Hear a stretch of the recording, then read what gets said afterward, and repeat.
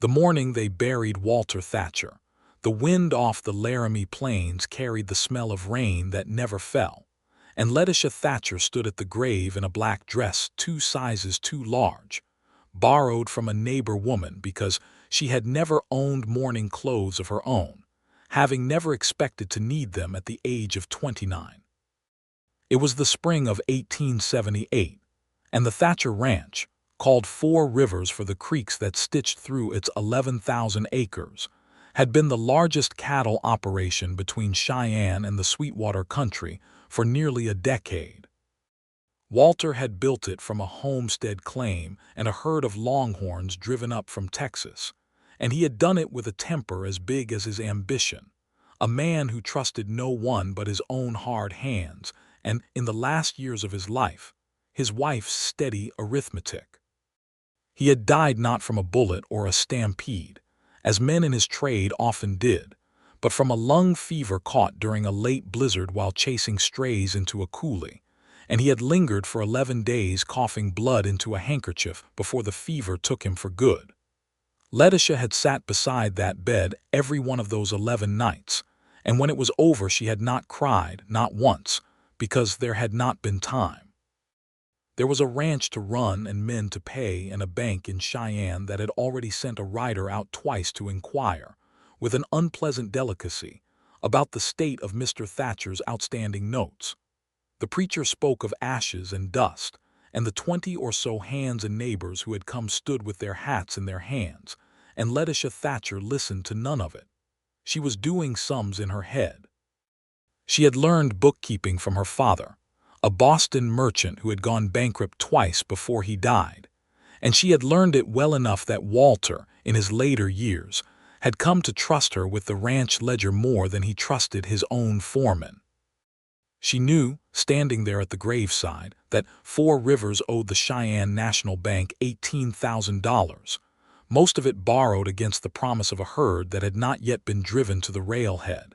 And she knew that the note was due in October, and she knew that without that herd, without every single head making it safely to Ogallala, she would lose everything her husband had built and everything she had, in her own quiet way, helped him build. She also knew, though she did not yet know how deeply she would come to know it, that a woman alone in the Wyoming Territory owned very little in the eyes of the law, no matter whose name was on the deed. Walter had left no children. His brother in Ohio had already written twice inquiring after the estate, phrases like, "for the good of the family," scattered through his letters like seed corn thrown to lure hens. The territory's laws on married women's property had improved some in recent years, but a widow with no male relative standing at her shoulder was still, in the eyes of most bankers and most neighbors, a woman to be managed rather than a woman to be reckoned with. Letitia intended to prove every one of them wrong, though on that gray morning she had no notion yet of how she would do it. The foreman, a weathered man named Otis Grimm who had ridden for Walter Thatcher since the beginning, came to her 3 days after the funeral with his hat already off, which told her before he spoke a word that he was leaving. "I got an offer from the Bar 9 outfit," he said. "Better wages. I am sorry for it, Mrs. Thatcher, truly I am, but a ranch without a strong hand at the head of it is no place for a man to build a future, and no disrespect meant, but you are a woman alone." "None taken, Mr. Grimm," she said, though something inside her went cold and hard as creek ice. "I wish you well at the Bar 9. Within the week, 4 more hands had followed him, lured by promises of steadier pay or simply unwilling to ride for a woman, and Letitia Thatcher stood in the yard of 4 Rivers with 7 men left of the 18 who had worked the spring roundup, 11,000 acres, 4,000 head of cattle scattered across range that took 3 days to ride end to end, and an $18,000 note coming due in October. She went inside, lit the lamp though it was only afternoon, because the sky had gone the color of a bruise, and opened the ranch ledger to a blank page, and began, in her careful hand, to write down everything she knew and everything she did not. It was on the ledger's 3rd blank page, ink barely dry, that she heard a horse in the yard, and looked up to see a rider she did not know sitting easy in the saddle, watching the house with the patient stillness of a man used to waiting. He introduced himself as Henry Malone and said he had heard in town that Four Rivers was short of hands and that he was looking for work. He was perhaps 32 or 33 years old, lean in the way of men who had spent more years in the saddle than off it, with sun-weathered skin and gray eyes that did not flinch from her the way most men's did when they discovered they were speaking with the widow herself, and not some foreman who might relay their business to her. "I heard the last outfit here left in a hurry," he said, standing in her doorway with his hat in his hands, rain beginning to spatter the porch boards behind him. "I do not scare that easy, ma'am, if that is a worry of yours." "It is not a worry," Letitia said, though it had been some. "What scares you, Mr. Malone?" He considered the question longer than most men would have. "Owing a debt I cannot pay," he said finally. "Watching good men starve for another man's greed. Little else, I suppose." She studied him. There was something in his voice, some old grief carried carefully, the way a man carries a wound that has healed crooked but healed. She did not ask about it. She had learned in the 11 days of her husband's dying that some things a person shares only when they are ready and not a moment before. "I can pay you $25 a month and found," she said. "It is what I paid every hand before you, and it is what I will pay every hand after. I do not intend to be cheated because I am a woman running this outfit, and I do not intend to cheat any man in my employ either. If that suits you, there is a bunk in the long house, and there is work enough for 10 men, let alone one." "That suits me fine, Mrs. Thatcher," Henry Malone said, and something in the way he said her name, plain and respectful and without the pitying softness other men used, made her decide in that single moment that she would trust him, at least so far as the work required. He proved himself within the first week. He mended fence that had stood broken since before Walter's death. He rode the northern range alone for 2 days and came back with an accurate count of the strays that had wandered into Vance's land, and a fair guess at how many head had been lost to wolves and how many, he suspected quietly, had been driven off deliberately. He did not put on airs about his opinions, but neither did he hide them, and when Letitia asked him straight out one evening on the porch, ledger in her lap, what he thought a rustler might do with 400 head of Thatcher cattle without a Thatcher brand to sell them under, he answered her as plainly as if she had been any other rancher. "Rebrand them," he said, "or drive them south into the territory and sell cheap to a buyer who does not ask questions. There is always a buyer who does not ask questions if the price is low enough. And who around here might be buying cheap and asking few questions?" Henry was quiet a moment, turning his hat brim in his hands. "I would not want to accuse a man without knowing more, ma'am. But you have a guess." "I have a guess," he admitted. "Ezra Colt runs the Rocking Sea outfit 12 miles east. He has been buying up range and water rights since before your husband passed, and he has made no secret that he would like 4 rivers folded into his holdings, one way or another. I have heard talk in town that he has said as much, that a woman cannot hold a spread this size, and that it would be a kindness to buy you out before the bank does it for him at half the price." Letitia's jaw set, and she closed the ledger with a small, sharp snap. "Ezra Colt has said no such thing to my face." "No, ma'am," Henry said. "Men like that rarely do." She lay awake long after that conversation, listening to the wind worry at the shutters, thinking of Ezra Colt's smooth voice and smoother hands, the way he had come to Walter's funeral dressed finer than anyone else present, the way he had held her hand a moment too long at the graveside and murmured something about being a friend to her in her time of need. She had thought it courtesy then. She began, that night, to suspect it had been something closer to appetite. The summer wore on hard and dry. The creeks that gave 4 rivers its name ran low and brown, and the grass on the upper range browned early, and Letitia rode out most days herself now, ledger left behind for once, learning her own land the way she had once only known it through numbers on a page. Henry Malone rode with her more often than not because she asked it of him every time, but because the work called for two, and because, she admitted to herself somewhere in the long, sun-struck afternoons, she had come to prefer his company to solitude. He taught her things her husband never had. How to read the sky for a storm 2 days out by the way the clouds banked against the Laramie Range. How to tell, by the way cattle bunched and lowed in the evening, whether wolves were near or only imagined. How to throw a lariat clumsily at first, her hands blistering on the rope until Henry, laughing not unkindly, showed her the trick of it, standing close behind her to guide her arm, his hand warm over hers, and she had felt something then that she had not felt in longer than she wished to admit, not since the early years of her marriage before Walter's temper had worn the softness from between them. "You are a quick study, Mrs. Thatcher," he said, stepping back before the moment could stretch too long. "I have always been quick with figures," she said, a little breathless in a way she blamed unconvincingly on the heat. "Ropes are a different matter entirely." "You will get the hang of it," he said. "Same as everything else you have gotten the hang of since I have known you." It was not much of a compliment, plainly spoken as it was, but she carried it with her the rest of that day, turning it over the way she turned over a good entry in her ledger, something solid and true she could hold on to. The trouble came in August, as trouble in cattle country so often does, with the discovery of missing stock. Henry rode in from the eastern range at dusk, his horse blown hard, and found Letitia on the porch going over accounts by lamplight. 60 head gone from the coulee pasture, he said, not bothering to dismount fully before speaking. Fresh sign, not more than a day old. Shod horses, 4 of them by the tracks, driven east toward the rocking sea boundary. You are certain it is not simply strays?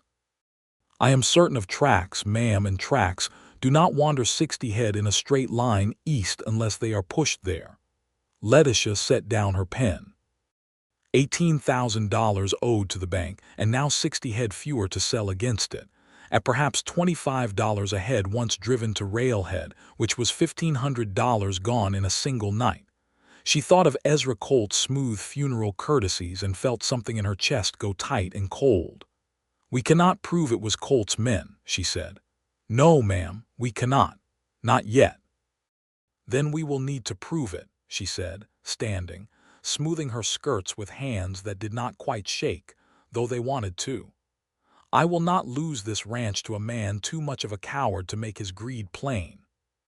Henry looked at her a long moment in the lamplight, and something like admiration moved across his weathered face.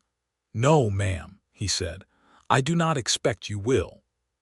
She rode into Cheyenne the following week, not to the bank, though the bank's deadline weighed on her every waking hour, but to the Territorial Land Office, where she spent 2 days going through old survey records and water rights filings with the patient, unglamorous diligence that had once helped her father, however briefly, keep his own failing business afloat. What she found there, buried in filings 3 years old, was that Ezra Colt had twice filed fraudulent claims on water rights that properly belonged to smaller homesteaders along Willow Creek, forcing 2 families off land they could no longer irrigate, families who had since given up and moved on rather than fight a man with money enough to outlast them in any court in the territory.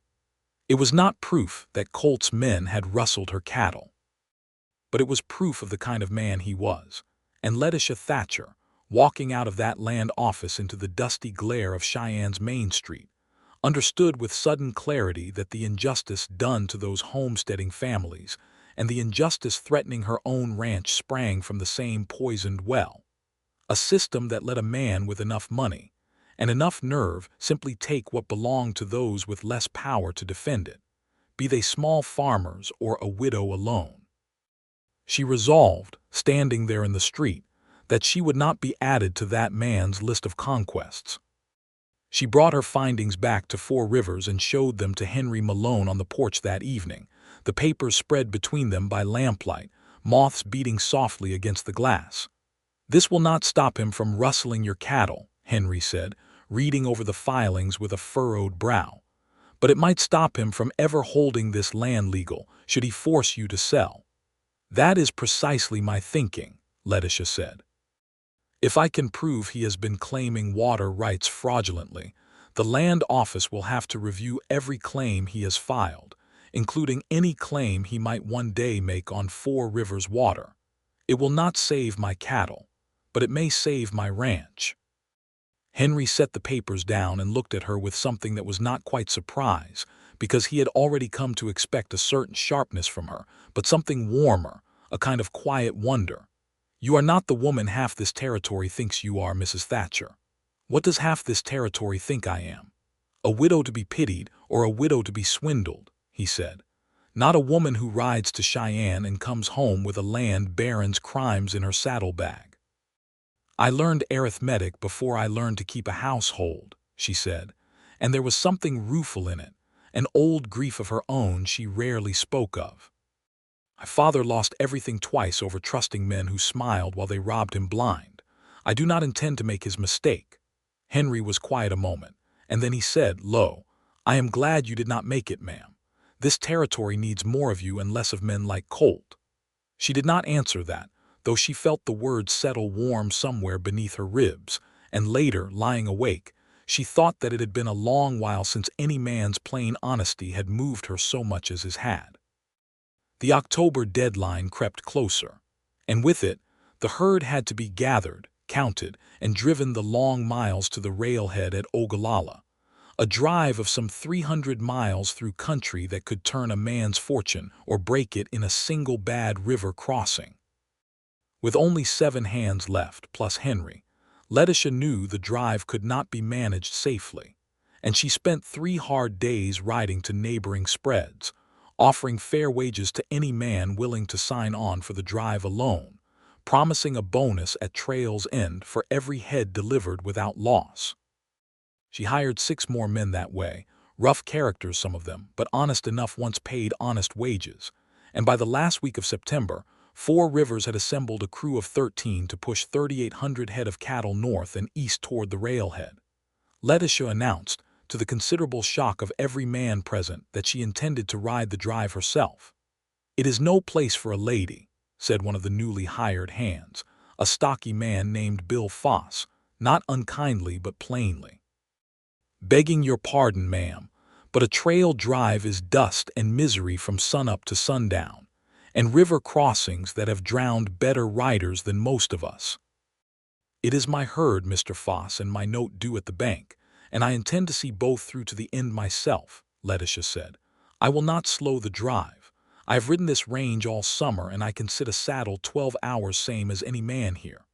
Henry, standing at the edge of the gathered hands, said nothing to argue her, though later, alone with her by the corral, he allowed himself a private word. "It will be hard on you," he said. "Harder than you are imagining, I think." "I imagine losing this ranch will be harder still," she said. He studied her, the stubborn set of her chin, the ledger book she still carried tucked beneath her arm even here in the corral dust, and something like a smile, small and real, moved across his mouth. "Then I reckon we had best get you a decent trail horse, ma'am, and teach you to sleep on the ground without complaint." "I have slept on worse than the ground, Mr. Malone," she said. "I buried a husband in a Wyoming winter. Dust and ground will not trouble me." The drive began the first week of October under a sky the color of pale iron. 3,800 head of longhorn and mixed cattle strung out for the better part of a mile, dust rising in a great brown column that could be seen, Henry told her, from 10 miles off on a clear day. Letitia rode drag for the first 2 days, choking on dust with the youngest and least experienced hands, until Henry, watching her cough and squint through the grit, quietly arranged for her to ride point instead, alongside himself, where the air was clean and the work, though still hard, did not grind a person's lungs to powder. "You did not have to do that," she said, though she was grateful for it. "I did not do it for kindness alone," Henry said. "A woman coughing herself sick on drag is no use to this outfit. I did it for the herd same as I did it for you." She laughed, a real laugh, surprising them both. "That is the first time a man has flattered me by calling me useful, Mr. Malone." "I expect it will not be the last, riding with this crew," he said, and there was warmth in his gray eyes that had nothing to do with cattle or dust. They crossed the Platte River on the fourth day, swollen from a late rain upstream, and it was there that Letitia Thatcher came closest to losing her life on that long drive. Her horse stumbled midstream on a hidden rock, and she was thrown, the current dragging her downstream faster than she could swim in her sodden skirts, the cold water filling her mouth when she gasped, until a rope's length away Henry Malone spurred his own horse into the current without a moment's hesitation, catching her by the arm and hauling her, coughing and half-drowned, up against his saddle, holding her there with an arm like iron until they reached the far bank. She lay in the mud of the riverbank coughing up river water, and Henry knelt beside her, his own clothes soaked through, his hands trembling slightly as he pushed wet hair back from her face. "Letitia," he said, and it was the first time he had used her given name, the word coming out of him rough with fear only just beginning to ease. "Letitia, can you hear me?" "I hear you," she managed between coughs. "You may call me that from now on, Henry Malone, after pulling me out of a river." He laughed, a short, shaken sound, relief plain on his face. "I intend to, ma'am." "Letitia, then." He helped her sit up, kept a steadying hand at her back longer than the moment strictly required, and neither of them spoke of it, though something between them had shifted in that cold river water, some final wall come down. The rest of the drive passed with the ordinary hardships of trail life, sudden thunderstorms that sent the herd stampeding twice in the night, a lame horse that had to be left with a homesteader along the way, long days of heat, and short nights of exhausted sleep beneath a wagon or under open sky. But it passed, too, with something new growing quietly between Letitia Thatcher and Henry Malone, built in shared coffee at dawn, in low conversations while riding night guard beneath more stars than either had words to describe, in the easy trust that comes to two people who have hauled each other, quite literally, out of dangerous water. They reached Ogallala in the third week of October, the herd thinned by loss during the drive to just under 3,600 head, still enough, once sold to the railhead buyers at a fair price of $26 a head, to bring in over $90,000, a sum that made Letitia's hands shake as she counted it into the ranch ledger in the back room of the stockyard office. 13 exhausted, filthy, triumphant men waiting outside to be paid their promised bonuses. She paid every man in full, bonus included, before she paid the bank, because she had promised it, and she intended to be a woman whose word held as much weight as any man's in this territory. Then she wired the balance owed, $18,000 plus accrued interest, to the Cheyenne National Bank, and stood in the telegraph office with tears finally coming to her eyes, 7 months after her husband's funeral, not tears of grief this time but of a fierce, exhausted relief. Henry found her there and did not ask why she was crying, only stood beside her a moment before offering, quietly, "You did it, Letitia. You saved 4 rivers." "We did it," she corrected, wiping her eyes with the back of a dust-stained hand. "I could not have driven those cattle a mile without you, Henry Malone, let alone 300. I only did the work you paid me for." "You did a great deal more than that," she said, and looked up at him then with something plain and unguarded on her face, something she had not let herself feel since Walter's death, and perhaps not truly since long before that. "You pulled me from a river. You have ridden beside me from dawn to dark for 6 months without once making me feel foolish for trying to hold what is mine. That is more than wages can cover, Henry." He looked at her a long moment in the lamplit dimness of the telegraph office, dust and trail grime on both their faces, and said low, "I did not do it only for wages, Letitia. I have not done it only for wages since the second week I rode for you." "Then why?" she asked, though she thought by then she already knew the answer. "Because I have not met a woman like you in all my years on this earth," he said simply. "Because you fight for what is yours with a ledger in one hand and a rope in the other, and you have never once asked me to think less of you for being a woman doing a man's work, and I have come, somewhere along this drive, to admire you more than I have admired any person, man or woman, in a long while. Perhaps more than admire." Letitia felt her breath catch, and for a moment neither of them said anything at all, the noise of the stockyards and the distant clatter of the telegraph key filling the silence between them. "I'm not ready to say such things back to you tonight, Henry," she said finally, honestly, "not with the ink still wet on tonight's wire and my husband not yet a year in his grave. But I do not want you to think I did not hear you, or that the words fell on ground that will not grow them." He nodded, some old patience in him, the same patience that had made him wait in her doorway that first rainy afternoon without pushing past what she was ready to offer. "I can wait, Letitia," he said. "I have waited on worse things than a woman's honest heart." They rode back to Wyoming Territory together with the other hands. The herd sold, the note paid, $90,000 turned, after wages and expenses, into a little over $60,000 banked in Letitia's own name, a sum that made her, by the standards of the territory, a wealthy woman in her own right for the first time in her life, wealthy not through inheritance alone, but through her own grit and her own arithmetic and the honest labor of good men she had chosen and paid fairly. But Ezra Colt had not been idle in their absence. They returned to Four Rivers in early November to find that Colt had filed a legal claim disputing the boundary between the Rocking Sea and Four Rivers along the eastern range, the very coulee pasture from which the 60 head had been rustled in August, claiming that a survey error dating back to Walter Thatcher's original filing had in fact placed nearly 2,000 acres of prime grazing land, water rights included, on the wrong side of the line. It was, Letitia understood the moment she read the papers left waiting for her by a Cheyenne lawyer, precisely the same maneuver Colt had used against the Willow Creek homesteaders, dressed up now in more careful language because he knew, or suspected, that she had seen his old filings. "He means to take by paper what he could not take by rustling," Henry said, reading over her shoulder in the ranch house that evening, lamp burning low.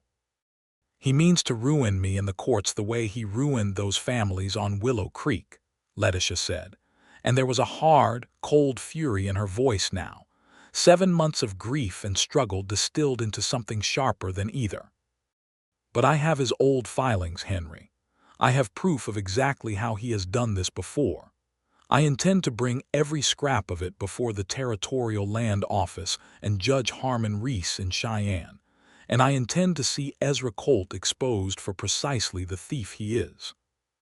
The hearing was set for the second week of December, in a Cheyenne courtroom that filled near to capacity. Half the ranching families of the territory come to see, some out of genuine sympathy for the widow Thatcher and some, Letitia suspected, only for the spectacle of watching a woman try to hold her ground against a man as moneyed and connected as Ezra Colt. Colt arrived in a fine gray suit, smiling that smooth funeral smile of his, flanked by a lawyer from Cheyenne's most expensive firm, and he looked at Letitia across the courtroom with an expression of such confident pity that she had to grip her own ledger tight in her lap to keep from betraying her anger. She had hired no fine Cheyenne lawyer, having neither the time nor, she felt, the need. She had her ledger, her survey documents, her old land office filings proving Colt's prior fraud against the Willow Creek families, and she had Henry Malone seated beside her in the front row, steady as a fence post, and Bill Foss and 2 other hands who had ridden the drive with her, ready to testify to the tracks they had found leading toward Rocking Sea land in August. Judge Reese, a heavy-set man with a reputation for dry patience, allowed Colt's lawyer to make his case first, a lengthy and confident argument about surveying errors and honest confusion over boundary lines dating back a decade. When it came Letitia's turn, she stood, smoothed her skirts, and spoke without a lawyer's polish but with a clarity that carried through the packed courtroom. "Your Honor," she began, "I would ask the court to examine not only the survey Mr. Colt's lawyer has presented today, but 2 other filings made in 1875 and 1876, disputing water rights along Willow Creek against the homestead claims of the Pearson and Dietrich families." She laid the documents before the judge's clerk. "In both cases, Mr. Colt claimed a surveying error had placed valuable water rights on his side of a boundary line, and in both cases, the families in question, lacking the money to fight a prolonged legal battle, sold their claims to Mr. Colt at a fraction of their worth and left the territory. I would ask this court to consider whether the pattern before you today is truly a surveying error, or whether it is, as I believe, a deliberate strategy employed now for the third time to take land and water from those less able to defend it in court. A murmur ran through the courtroom. Ezra Colt's smooth composure cracked for just a moment, a flicker of genuine alarm crossing his face before he mastered it again. "Your Honor, this is outrageous slander," his lawyer began, but Judge Reese held up a broad hand. "I will hear the widow Thatcher's evidence in full," he said. "Sit down, counselor." Letitia called Bill Foss to testify to the cattle tracks found leading east in August, and Henry Malone to testify to his own reading of the sign. And finally she presented, item by item, the fraudulent filings against the Pearson and Dietrich families, comparing surveyors' marks and dates that showed, unmistakably to anyone willing to look, that the same pattern of error had been claimed by Colt 3 times in 5 years, always benefiting his own holdings, always at the expense of a smaller, poorer neighbor. Judge Reese took only a single recess before returning his ruling. He found insufficient proof to establish that Colt's men had personally rustled the Thatcher cattle, that charge being circumstantial, but he found the boundary dispute itself to be, in his words, a transparent attempt to exploit prior surveying confusion for private gain, following a demonstrable and troubling pattern. And he dismissed Colt's claim entirely, ordering the boundary to stand as originally filed under Walter Thatcher's homestead papers. Further, he ordered the Land Office to formally review the Willow Creek filings, a review that would, within the year, restore partial compensation to what remained of the Pearson and Dietrich families, wherever they could be located and however belated the justice might come to them. Ezra Colt left the courtroom that day a diminished man, his reputation in the territory badly tarnished, and though he would remain a rancher of some standing in the years to come, he never again dared file a claim against Four Rivers, nor, so far as Letitia ever heard, against any other small neighbor. It was not a perfect justice, and Letitia knew it. The Pearson and Dietrich families had already lost years of their lives and labor to Colt's scheming before any court took notice, a truth that sat with her uneasily even amid her own victory, a reminder of how much injustice in this territory went entirely unanswered simply because the wronged party lacked the money or standing to demand a hearing at all. But it was justice enough for one winter day in a Cheyenne courtroom, and it was, Letitia thought, watching Colt's fine gray suit disappear through the courthouse doors, a beginning. Henry Malone found her outside on the courthouse steps afterward, the December air sharp and clean after the crowded room, snow beginning to drift down in slow, fat flakes. "You did that," he said, something like pride and wonder mixed together in his voice. "You stood up in front of half the territory and took that man apart with nothing but a ledger and the truth." "I had help," Letitia said, tired now that the fury and focus of the hearing had drained from her, leaving something softer and more exhausted in its place. "I had you, and Bill Foss, and every hand who rode that drive with me and trusted a widow woman to see them paid fair. I did not do this alone, Henry. I have not done any of it alone, not truly, not since the day you rode into my yard asking after work." He looked at her then, snow catching in his dark hair, and something in his gray eyes had none of its usual careful patience left in it. "Letitia," he said, "I have waited near 8 months to say what I am about to say, and I find I do not have the patience left in me to wait any longer, courthouse steps or not." "Then say it," she said, her heart beginning to pound in a way that had nothing to do with courtrooms or cattle. "I love you," Henry Malone said, plain as he had said everything else to her since the day they met, no flourish to it, only truth. I have loved you since somewhere on that river crossing, maybe before it, watching you drag yourself out of the Platte, still worrying more about the herd than your own near drowning. I do not care that I am only a hired hand, and you the owner of the largest spread in the county. I do not care what the town says about a rancher's widow keeping company with her own foreman. I have never in my life met a woman I respected more, or wanted more, and I will go on loving you whether you say it back to me today or 10 years from now.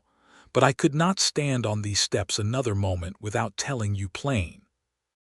Letitia Thatcher, who had faced down a land barren with nothing but a ledger and her own hard-won courage, found herself, for a moment, entirely without words. Then she laughed, a small, wet, joyful sound, snow catching on her lashes, and said, "I have loved you since the river too, Henry Malone, though I was too proud and too newly widowed to say it plainly until now. I love you. I have loved you for months, watching you ride this range and treat every man in my employ with fairness and treat me like a partner instead of a burden to be managed. I do not care what the town says either." He kissed her then, right there on the courthouse steps with snow falling around them and half of Cheyenne's ranching families still filing out of the building behind them. And if anyone thought it scandalous, a widow not yet a year buried kissing her own foreman in public, neither Letitia nor Henry paid it the slightest mind. They did not marry immediately, both agreeing, in quiet conversations by lamplight over the following weeks, that Letitia owed the territory's opinion of proper widowhood at least a decent interval, not for the town's sake so much as for her own peace, wanting to be certain that what she felt for Henry stood on its own ground, and not merely on the loneliness of grief. They waited through that winter and into the spring of 1879, working the ranch together, rebuilding the herd that had been reduced by the drive, hiring back some of the hands who had left the previous spring once word spread that 4 Rivers under Letitia Thatcher's management paid fair, steady wages and had, moreover, faced down Ezra Colt and won. The ranch prospered that year in a way it had not even under Walter's more volatile stewardship, for Letitia ran the books with a precision her husband had never had patience for, and Henry ran the range work with a steady, fair hand that earned him the loyal respect of every man who rode for 4 Rivers. Together they expanded the herd, invested carefully in better breeding stock brought up from Texas, and by autumn of 1879, the ranch's value had grown beyond even what it had been in Walter Thatcher's most prosperous years. It was in October of that year, exactly 18 months after Walter's death and 1 year to the week since that first drive to Ogallala, that Henry Malone asked Letitia Thatcher to marry him properly, kneeling in the very corral where he had once taught her to throw a lariat, a small ring in his hand that he had saved 3 months' wages to purchase from a Cheyenne jeweler. "I have no grand ranch to offer you," he said, "seeing as the one I would offer is already yours by your own hard work. I have only myself, Letitia, and whatever years I have left in me, and I would spend every one of them at your side if you will have me." "I have a ranch," Letitia said, laughing through sudden tears, "but I have been sorely lacking a husband who understands a ledger and a lariat both, and I do not intend to go on lacking one a moment longer than I must. Yes, Henry Malone. Yes, 1,000 times yes." They married in December of 1879, a year almost to the day after the courthouse victory over Ezra Colt, in a small ceremony at 4 Rivers attended by every hand on the payroll and most of the neighboring ranching families, even a few who had once doubted a widow could hold such land alone. Bill Foss stood as one of Henry's witnesses, having become over the past 2 years less a hired hand and more a trusted friend to them both, and the preacher who had once spoken ashes and dust over Walter Thatcher's grave now spoke of new beginnings and steadfast love over Letitia and Henry's joined hands. And this time Letitia cried freely, joyfully, with no arithmetic running behind her eyes at all. Their marriage settled into a partnership as strong as any the territory had seen, Letitia keeping the ledgers and handling the business of selling and buying and banking, Henry running the range and the hands with the same fairness and steady competence that had first drawn her to trust him. And between them, 4 rivers grew, over the following years, into the most prosperous cattle operation in that stretch of Wyoming territory. Its reputation for fair dealing and honest wages, drawing good hands from as far as Montana and Colorado. In the autumn of 1880, Letitia gave birth to their first child, a son they named Walter Henry Malone, in honor of both the man who had built the ranch's first foundations and the man who had helped rebuild it from ruin, a choice that spoke to the whole and unbroken heart Letitia had made of her grief and her new love, holding both without contradiction. 2 years later came a daughter, whom they named Margaret after Henry's own mother. Long past, back in the Missouri Hill country he had left as a young man following the war, a war he had spoken of only rarely and only ever to Letitia, in the quiet dark of their shared bed, of a young soldier's grief and a long road west that had, in the end, led him to her door on a rainy afternoon in 1878. The ranch weathered, over those years, the ordinary hardships of the cattle country.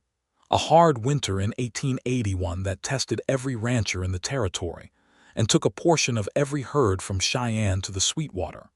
A brief drought in 1883 that Letitia met by expanding their irrigation along the very creeks that gave the ranch its name, applying the same careful arithmetic to water management that she had once applied to bank notes and cattle counts. Ezra Colt, chastened by his public humiliation, sold the rocking sea in 1882 to new owners and moved east, and was heard from no more in the territory. And Letitia felt, on hearing the news, not triumph exactly, but a quiet satisfaction that justice, however delayed, however imperfect, had come to rest in the right place at last. By 1885, 7 years after Walter Thatcher's death and 6 years into her marriage to Henry Malone, Letitia Thatcher Malone, as she now signed herself in the ranch ledger she still kept in her own careful hand, had built 4 rivers into an operation worth easily 3 times what it had been worth in her first husband's day, with a herd of over 9,000 head, contracts with railhead buyers as far as Omaha, and a reputation across the territory as a woman whose word in business was as good as gold, and whose marriage to her former foreman was spoken of, now, not with scandal but with a kind of admiring fondness, the story of the widow and the drifter who built an empire together out of grit, honesty, and a shared ledger of the heart as much as of dollars and cattle. On a warm evening in June of that year, Letitia stood on the porch of the ranch house, watching her 2 children, Walter now nearly 5 and Margaret just past 3, chase each other through the yard with the boundless energy of childhood, while Henry leaned against the porch rail beside her, his hat pushed back, watching the same scene with a contentment that had settled into him over the years like good soil settling after rain. "Do you ever think," Letitia said, "about that first rainy afternoon when you stood in my doorway asking after work, and I did not yet know what you would come to mean to this ranch or to me?" "I think of it often," Henry said. "I think of how frightened you were, though you never once let it show, and how you looked at me like a woman deciding whether to trust a stranger with everything she had left in the world." "I decided to trust you within the first week," Letitia admitted, "though I did not admit it to myself for a good while longer." "I decided to love you within the first month," Henry said, "though it took a near drowning in the Platte River before I found the courage to say so." She laughed, leaning her head against his shoulder, watching their children in the golden evening light, the mountains beyond the range turning purple with the coming dusk, the herds lowing somewhere out on the grass that stretched, now, farther than either of them could ride in a single day. She thought of her father's failed businesses back in Boston, of the lessons in careful arithmetic he had unknowingly given her that had, in the end, saved everything she owned. She thought of Walter, buried now these 7 years on a hill overlooking the ranch he had built and she had rebuilt, and felt for him, not grief any longer but a settled gratitude for the foundation he had laid, however imperfectly, and however much more she and Henry had built atop it than he had ever managed alone. "We built something good here, Henry," she said. "Something no one can take from us now, not banks, not land barons, not bad winters or dry summers. We built it together." "We did," Henry agreed, drawing her closer against his side. "Grit and a ledger and a great deal of stubborn love, Letitia Malone. I would not trade a single hard mile of it." Their son Walter came running up the porch steps just then, breathless and grass-stained, demanding to know if his father would take him riding before supper. And Henry laughed and swung the boy up onto his shoulders, and Margaret came toddling after, demanding not to be left behind. And Letitia watched her family, whole and thriving and utterly her own, with a heart so full she could hardly find words for it, though she did not need words, not for this, not for the quiet, certain joy of a life rebuilt from ruin by nothing more, and nothing less than grit, honesty, a careful hand with numbers, and a love that had found her exactly when she had needed it most and never once let her go. The years that followed brought more children, another son named Otis after the old foreman who had once doubted her and later, in his own gruff way, came to admire what she had built, and a third and final daughter named for no one in particular, simply because Letitia liked the sound of the name Grace, feeling that Grace, more than anything, described the unlikely turn her life had taken from a grieving widow with nothing but a ledger to a woman who had rebuilt an empire and found, in the rebuilding, a love more steady and more true than she had ever thought to hope for.